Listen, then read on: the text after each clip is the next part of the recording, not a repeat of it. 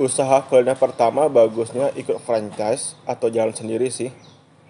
Sebenarnya banyak teman-teman yang pengen buka usaha kuliner, tapi mereka masih bingung nih, mau ikut franchise atau buka sendiri.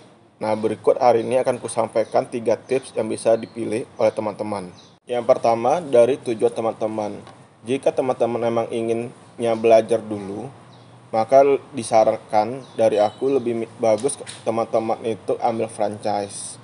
Kenapa harus franchise? Karena franchise itu udah disiapin sistemnya, semua sudah ada. Kamu nggak perlu mahal, yang penting franchise-nya itu kamu jagain, kamu kontrol. Jangan langsung mengharap bisa dapat passive income. Tapi jika teman-teman itu berani ngulik-ngulik sendiri, ya lebih bagus buka sendiri, buka brand baru khusus yang kamu pahami. Resikonya bisa lebih besar karena belum tentu tahu ilmunya, tapi kita belajar dan itu butuh modal yang lebih besar lagi sebenarnya. Yang kedua, dilihat dari modal yang teman-teman punya. Apakah teman-teman ini punya modal terbatas atau yang tak terbatas? Kalau misalnya modal teman itu terbatas, teman-teman punya modal sekian dan harus habis sekian, maka lebih baik teman-teman itu ambil franchise saja. Kenapa? Karena di franchise itu udah ada hitungannya. Meskipun hitungan yang didata yang diberikan oleh pihak franchise itu belum tentu sama dengan aktualnya.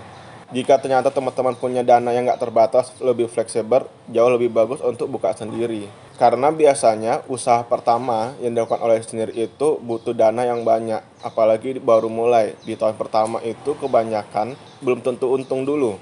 Masih tahapnya belajar, jadi gunakan dana itu untuk belajar mengembangkan bisnis kamu sendiri. Nah, untuk yang ketiga, itu berdasarkan waktu yang teman-teman punya. Jika teman-teman sibuk, maka lebih bagus ambil franchise. Namun harus komitmen setiap waktu weekend atau hari libur untuk mengontrol usahanya itu. Karena bisa bahaya. Apalagi karyawannya itu udah pasti akan belajar. Belajar dalam kata kutip ya. Karena saya juga udah ngalamin karyawan ternyata awal-awalnya jujur, seiring berjalan waktu dia sambil belajar memahami cara-cara untuk melakukan hal curang. Yang selanjutnya, jika teman-teman itu waktunya jauh lebih santai, lebih bagus pilih usaha sendiri saja, karena punya banyak waktu untuk mengulik-ngulik, mempelajari, dan mengembangkan usahanya.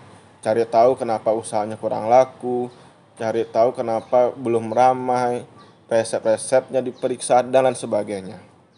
Nah, untuk teman-teman yang mau bertanya, nanti bisa langsung komen di kolom komentar saja ya. Insya Allah akan segera saya jawab. Assalamualaikum.